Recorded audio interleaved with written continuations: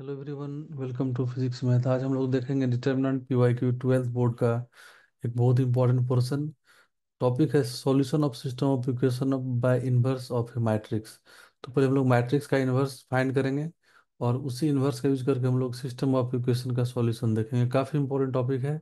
एक क्वेश्चन को अच्छे से समझने के बाद आप सारा क्वेश्चन कर सकते हैं इस टाइप का। तो चलिए इसको स्टेप बाय स्टेप समझते हैं, कैसे इनवर्स फाइंड करेंगे और उसका कैसे हेल्प से हम लोग सिस्टम ऑफ इक्वेशन का सॉल्यूशन फाइंड करेंगे। तो जस्ट सेम क्वेश्चन यहाँ पर प्रिंट है। तो इसको हम लोग स्टार्ट करते हैं। देखिए मैट्रिक्स ए दे दिया है, गिवन है। फाइंड करना है A inverse and hence solve the following system of equation. ये सिस्टम ऑफ इक्वेशन है, तीन इक्वेशन है, देख सकते हैं। एक इक्वेशन इधर, इधर और इधर, तीन इक्वेशन। तो इसका सॉल्यूशन इन्वर्स से ही आएगा। तो पहले हम लोग इन्वर्स फाइंड करेंगे। तो इन्वर्स फाइंड करने के लिए हम लोग को पहले स्टेप बाय स्टेप जो आपको एग्जाम में लिखना होगा वो बिल्कुल हम बता रहे हैं, उस प्रोसेस को आपको फॉलो करना होगा।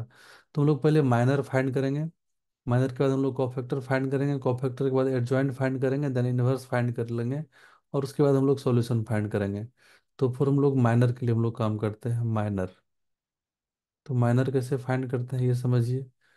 माइनर के लिए तो देखिए, ये जो एलिमेंट है ये फर्स्ट रो फर्स्ट कॉलम है, ये फर्स्ट रो सेकंड कॉलम है, ये फर्स्ट रो थर्ड कॉलम है।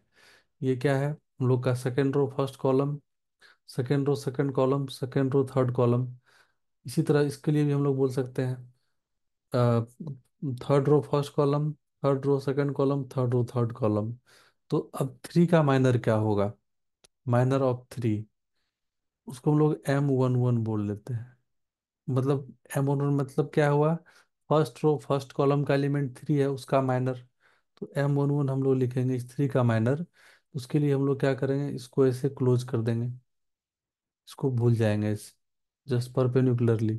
अब हम लोग के पास एलिमेंट है ये दोनों, इसको डायगोनली मल्टीप्लाई करेंगे, -3 को -1 से। देन माइनस साइन कर देना है इधर, 3 × 2 6। तो क्या हो जाएगा? ये हो जाएगा -1 × -3। तो -1 × -3, देन माइनस साइन डालना है और ये 2 और 3 को मल्टीप्लाई करना है, 2 और 3 को। तो इसका वैल्यू कितना आ गया? 3 - 3 - 6, दैट इज -3। अब इसी तरह हम लोग M12 लिखेंगे। फर्स्ट रो सेकंड कॉलम का एलिमेंट टू के लिए M12 मतलब टू हो गया। टू का माइनर हम लोग फाइंड करेंगे। टू का माइनर फाइंड करने के लिए हम लोग ये वाले रो को परपेंडिकुलरली ऐसे बंद करेंगे और इधर भी परपेंडिकुलरली हम लोग ऐसे बंद कर लेंगे। अब 4 को -3 से मल्टीप्लाई करेंगे, देन सब्ट्रैक्ट कर लेंगे 7 को 2 से मल्टीप्लाई करके। तो ये हम लोग का हो जाएगा जस्ट 4 × -3 -7 × 2, 7 × 2। इसका वैल्यू हो जाएगा -12 -14। तो इसका सॉल्व करके कितना आ रहा है वैल्यू? -26। -26 आ जाएगा। देन हम लोग M13 वन का माइनर क्या हो जाएगा? M13 इसको हम लोग बोलेंगे, M13 वन का माइनर। अगेन हम लोग इसको ऐसे बंद करेंगे और इधर ये बंद कर देंगे। ये चार एलिमेंट है तो पहले हम लोग इसको मल्टीप्लाई करेंगे, 4 × 3 -7 × -1। तो वो लिखेंगे 4 × 3 माइनस साइन देना है, 7 × -1। तो ये हो जाएगा 12 + 7। तो ये हो जाएगा 19। तो अब नेक्स्ट हम लोग इसके लिए ये तीन एलिमेंट के लिए करते हैं। तो M21 क्या हो गया? ये 21 है, second row first column, four का माइनर। तो फोर का माइनर फाइंड करने के लिए हम लोग इसको अगेन ऐसे बंद करेंगे और ये ऐसे बंद कर लेंगे। तो क्या है? 2 × -3, फिर सब्ट्रैक्ट होगा 3 × 1। तो हम लोग यहाँ पर लिख लेते हैं 2 × -3 -3 × 1। तो ये हो जाएगा -6 -3, दैट इज -9। तो अब हम लोग नेक्स्ट M22 फाइंड करेंगे। M22, तो M22 मतलब ये वन है, सेकंड रो सेकंड कॉलम का एलिमेंट। तो हम लोग इसको बंद करेंगे ऐसे, और फिर ऐसे। और देखिए 3 × -3, 3 × -3 माइनस हो जाएगा 7 × 1, ये वाला। तो ये सॉल्व हो कितना आ गया, -9 -7, ये जगह -16। देन हम लोग यहाँ पर नेक्स्ट हम लोग का काम है M23 फाइंड करना। M23 मतलब सेकेंड रो थर्ड कॉलम का एलिमेंट ये है, 2 है। तो 2 का हम लोग माइनर फाइंड करेंगे, ऐसे इसको बंद कर लेते हैं हम लोग यहाँ पर, और ऐसे ये भी बंद हो जाएगा। तो अब यहाँ पर 3 × 3, यहाँ लिखते हैं हम लोग यहाँ पर से M23, ये हो जाएगा क्या,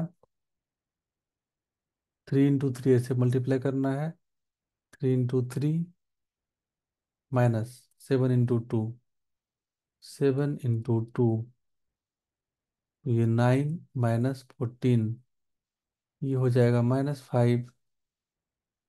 देन अब हम लोग नीचे वाले लास्ट जो रो है उसके लिए काम करेंगे। तो ऑलमोस्ट माइनर ही सबसे इम्पोर्टेंट होता है। अब 7 के लिए हम लोग, 7 का माइनर क्या हो जाएगा, M31। तो 7 का माइनर फाइंड करने के लिए हम लोग इसको क्लोज करेंगे, और यहाँ से इसको क्लोज करेंगे। तो हम लोग को फिर मल्टीप्लाई करना पड़ेगा, 2 × 2 माइनस -1, देखिए -1 × 1, तो ये हो जाएगा 4 + 1, ये भी हो जाएगा 5। देन अब लास्ट हम लोग का है, फाइंड करना है माइनर इसका, -3 का। तो सॉरी, इसका M32, इस 3 के लिए। तो हम लोग क्या करेंगे, यहाँ पर 3 को ऐसे क्लोज करेंगे, ऐसे और ऐसे, ये बंद। तो 3 × 2, 3 × 2 माइनस 4 × 1, हो जाएगा 6 -4, हो जाएगा 2। देन -3 लास्ट एलिमेंट हम लोग का M33, -3 का माइनर M33, उसको बोल देते हैं हम लोग यहाँ पर थर्ड रो थर्ड कॉलम का एलिमेंट है। ये क्लोज और ये क्लोज, परपेंडिकुलर डायरेक्शन में क्लोज करते हैं हम लोग। तो -1 × 3 माइनस 4 × 2, तो ये सॉल्व हो गया -3 -8, ये आ गया -11। तो हम लोग का माइनर फाइंड हो गया। अब कोफैक्टर हम लोग फाइंड करेंगे। तो कोफैक्टर फाइंड करने के लिए हम लोग को साइन देखना पड़ेगा। तो साइन देखिए डिटर्मिनेंट का क्या होता है, इसका साइन प्लस होता है, इसका माइनस होता है, इसका प्लस होता है, इसका अगेन माइनस होता है, ऐसे प्लस अल्टरनेट चलेगा, माइनस, फिर देन यहाँ पर प्लस, माइनस, प्लस। मतलब जो 3 का माइनर आया उसको प्लस से मल्टीप्लाई करना है, 2 का माइनर को माइनस से, 1 का माइनर को प्लस से, 4 का माइनर को माइनस से, एंड -1 का माइनर को प्लस से, 2 का माइनर को माइनस से, 7 का माइनर को प्लस से, 3 का माइनर को माइनस से, और ये -3 का माइनर को प्लस से। तो हम लोग लिख लेते हैं यहाँ से C11 कोफैक्टर। हम लोग क्या कर रहे हैं, कोफैक्टर फाइंड कर रहे हैं। माइनर विदाउट साइन होता है, कोफैक्टर विद साइन होता है। कोफैक्टर C11 इस माइनर का कोफैक्टर, तो प्लस साइन है तो वही रह जाएगा, -3 रह जाएगा। देन C12, ये वाले इसका कोफैक्टर माइनस यहाँ पर मल्टीप्लाई हो जाएगा, तो ये 26 प्लस में हो जाएगा। देन C13, M13 का कोफैक्टर, तो M13 का साइन देखिए प्लस में है, तो यहाँ पर +19 ही रहेगा ये। देन C21, M21 के लिए, तो M21 क्या है यहाँ पर, ये है M21, इसका साइन निगेटिव है, तो यहाँ पर हम लोग को निगेटिव मल्टीप्लाई करना पड़ेगा, तो ये माइनस माइनस +9 हो जाएगा। देन C22, जो हो जाएगा M22 का। तो ये हम लोग का 16 आया था माइनस में। तो M22 इधर है, सेकेंड रो सेकेंड कॉलम, जो कि इसका साइन प्लस में लेना है, तो ये माइनस में ही 16 रहेगा। देन C23, M23 का -5 आया था, तो ये 23 है यहाँ पर। तो इसको माइनस मल्टीप्लाई करना पड़ेगा, जो इसका वैल्यू आया था -5 आया था, उसमें माइनस मल्टीप्लाई कर देंगे तो 5 हो जाएगा।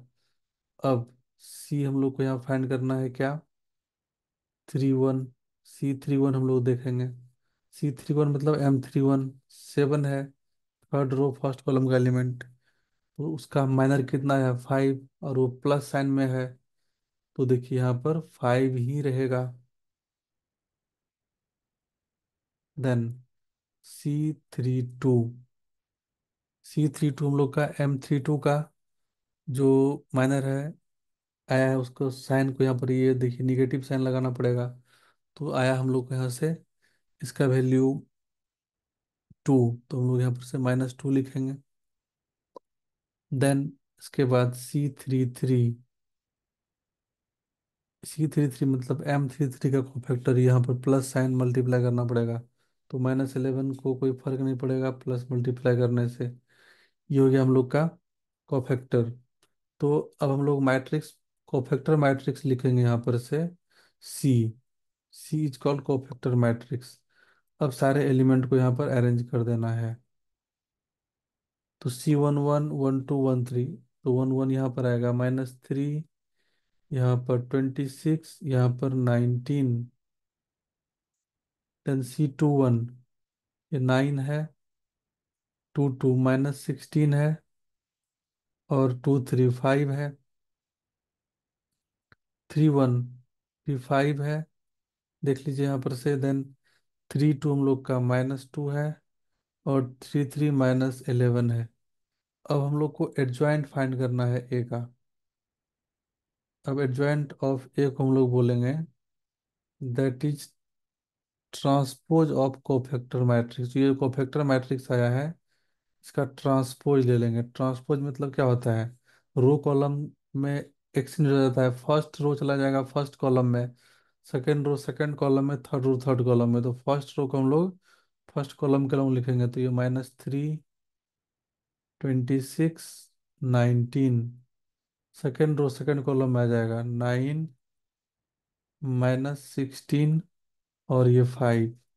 थर्ड रो ये वाला है, थर्ड कॉलम में आ जाएगा 5 -2 एंड -11। ये ऐसे आ गया। ये हम लोग को एडजॉइंट ऑफ ए मिल गया। अब हम लोग को डिटर्मिनेंट ऑफ ए फाइंड करना पड़ेगा यहाँ से।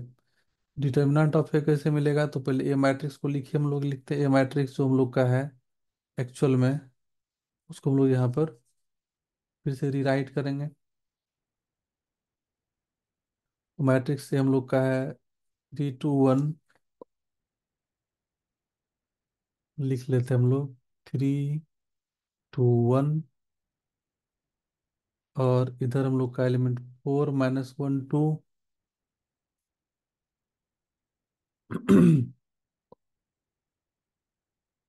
4 -1 2। देन 7 3 -3। 7 3 -3, यस। ये हम लोग का हो गया। अब इसका हम लोग डिटर्मिनेंट फाइंड करेंगे, मॉड। ए का डिटर्मिनेंट हम लोग निकालेंगे यहाँ से। तो यहाँ पर 3 रहेगा, यहाँ पर बंद होगा, तो ये -3 माइनस मल्टीप्लाई होकर 3, -3 इंटू 2 6। फिर -2, यहाँ पर -2, ये क्लोज और ये क्लोज, क्या हो जाएगा 4 इंटू -3, -12, -2 इंटू 7, ये वाला 7 इंटू 2 14। और उसके बाद प्लस साइन होगा, यहाँ पर से 1 है। अब ये क्लोज और ये क्लोज, तो 4 इंटू 3 12, माइनस माइनस प्लस हो जाएगा यहाँ पर 7 इंटू 1 7। तो डिटर्मिनेंट ऑफ ए आ गया यहाँ से -3 इंटू 3, -9 अब यहाँ पर से -26 × -2 तो +52, और प्लस यहाँ पर आ जाएगा 12 + 7 19। तो डिटर्मिनेंट ऑफ ए हम लोग का आ गया मॉड ऑफ ए, जिसको बोलते हैं 19 - 9, 10 + 52, ये 62 हो गया। अब ए इनवर्स जो होता है adjoint of A divided by A का डिटर्मिनेंट। अब ए इनवर्स हम लोग को मिल गया। ए इनवर्स हम लोग यहाँ से लिखेंगे। एडजॉइंट ऑफ ए कितना आया था, जस्ट अभी हम लोग फाइंड किए थे एडजॉइंट ऑफ ए, उसको यहाँ लिख देना है। एडजॉइंट ऑफ ए हम लोग का आ गया था वैल्यू -395, -395। देन यहाँ पर 26 - 16 - 2, 26 - 16 - 2, एंड देन लास्ट रो है 19 5 - 11, ये 19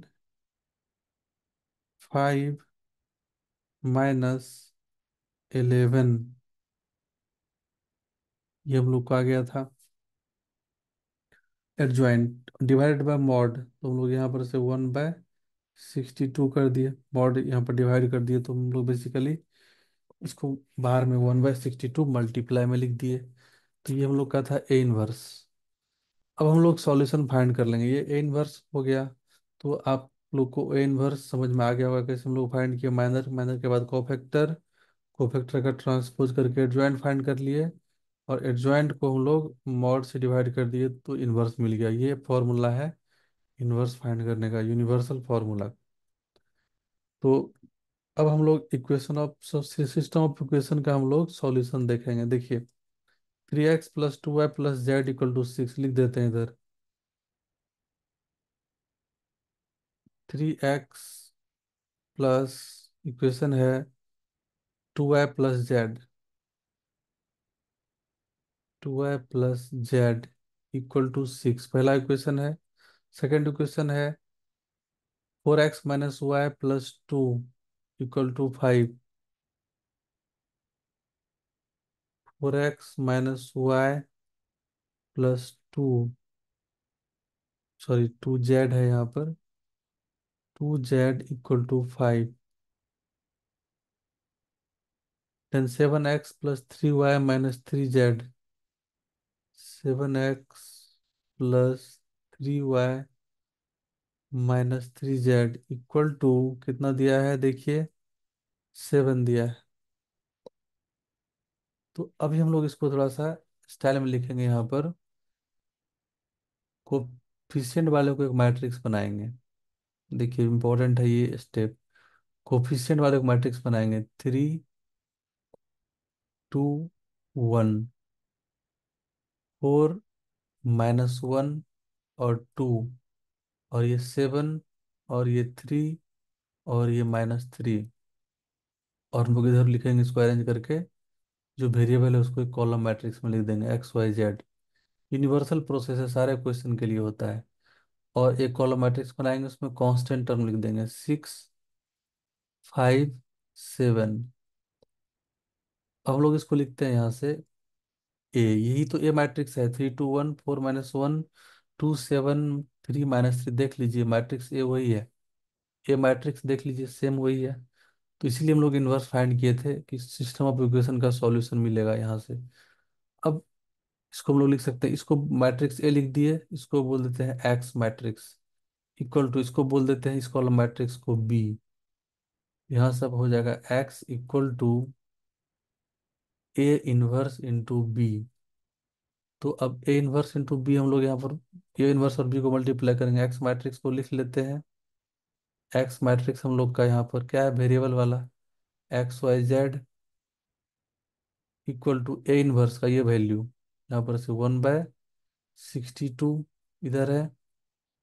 और ये मैट्रिक्स हम लोग का है -3 9 5 26 -16, -2,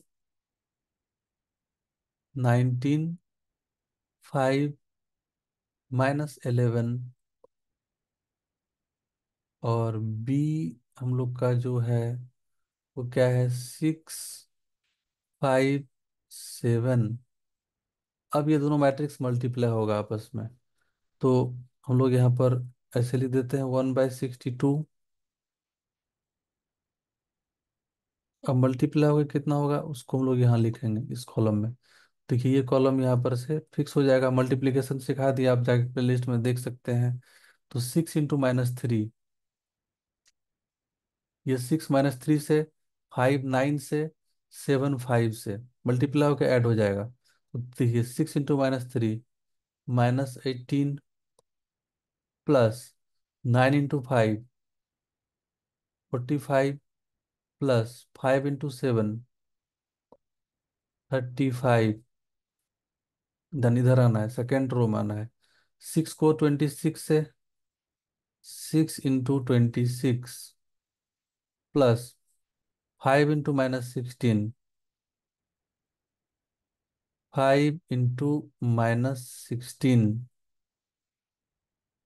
फिर +7 × -2,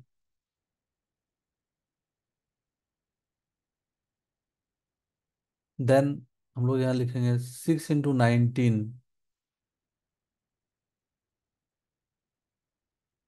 +5 × 5, 5 × 5, देन +7 × -11, 7 × -11। अब इसको हम लोग क्लोज कर दिए। अब ये एक एलिमेंट आएगा, यहाँ पर भी एक एलिमेंट आएगा, यहाँ पर भी सम होकर एक एलिमेंट आएगा। ये बेसिकली क्या है, XYZ मैट्रिक्स है, कॉलम मैट्रिक्स XYZ, इसी का वैल्यू ये आया है।